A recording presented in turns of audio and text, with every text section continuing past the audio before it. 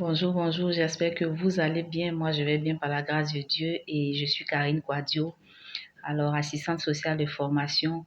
Et il faut dire que dans le cadre de mon travail, j'ai rencontré et je continue de rencontrer donc des personnes, des couples, des familles, des associations de femmes, des groupes. Il faut dire que cela m'aide beaucoup. Ça me donne donc de connaître l'homme, de connaître les difficultés auxquelles un être humain sur cette terre des hommes donc peut rencontrer et quelles sont les solutions que nous pouvons donc apporter à ces difficultés, à ces problèmes-là. Et la dernière fois dans ma vidéo, j'ai parlé des femmes veuves, voilà, qui autrefois, quand elles n'étaient pas veuves, se reposaient que sur leur mari. Alors j'ai encouragé donc toutes les femmes à se lever, à commencer déjà à se prendre en charge, à faire des économies, à construire leur vie, à réfléchir un peu à comment est-ce que elles pourront donc s'en sortir si demain malheureusement le Seigneur donc rappelait leur conjoint à lui. Et aujourd'hui, je voudrais juste donner quelques orientations à nos mamans. Certainement que d'autres vont se dire, mais qu'est-ce que je peux faire? Alors, qu'est-ce que je peux faire? Comment je peux faire pour mieux m'organiser? Comment je peux faire pour, alors, voilà, me prendre en charge? Je dis au moment qu'on n'a pas besoin de chercher loin. Vous savez, il y a des mamans qui ont des diplômes, mais qui, parce qu'il y a longtemps, ils sont dans le foyer, il y a longtemps, ils ont fait des enfants, ils se disent, mais aujourd'hui, avec l'âge que j'ai, est-ce que je peux encore aller passer un concours? Est-ce que je peux encore aller me présenter quelque part pour dire que je cherche du travail? Maman, tant que ton âge te permet de présenter un concours, mais n'aie pas honte de le faire. Tant que ton âge te permet de présenter un concours, que ce soit avec le niveau CEP, le niveau BPC, le niveau bac, maman ne te gêne pas.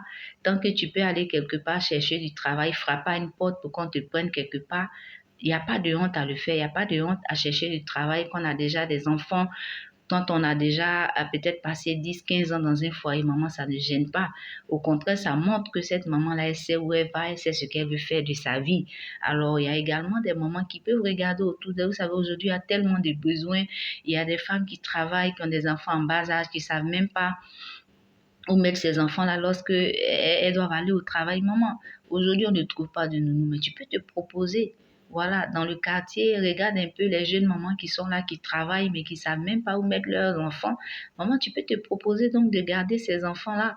Voilà, moyennant quelque chose. Non seulement c'est une occupation, tu vas apporter ton expérience, mais en retour, tu auras de l'argent. Maman, tu sais très bien faire la cuisine. Alors, quand on goûte à tes mets, à tes repas, mais comme on le dit, on a envie de se couper les doigts. Mais maman, tu peux mettre cela à profit.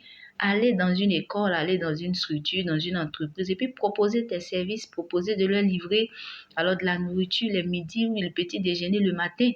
Non seulement ça va t'occuper, tu vas sentir que tu es en train de servir quelque part des gens, mais ça va aussi te donner d'avoir de l'argent. Donc, les idées, on en a, il y a beaucoup, beaucoup d'idées. On ne pourra pas tout dérouler ici, mais je pense que les idées, il y en a. Déposer sa table au marché, déposer une table devant sa porte, se positionner à un endroit où il y a beaucoup de personnes qui passent par là et leur proposer de l'eau, leur proposer du jus, leur proposer du pain, leur proposer des galettes. Maman, c'est des activités, peut-être en apparence, on a l'impression qu'elles sont insignifiantes, mais dans le fond, elles apportent non seulement de la joie à la personne qui le fait, parce qu'elle sent qu'elle est utile quelque part, mais en retour, mais il y a de l'argent.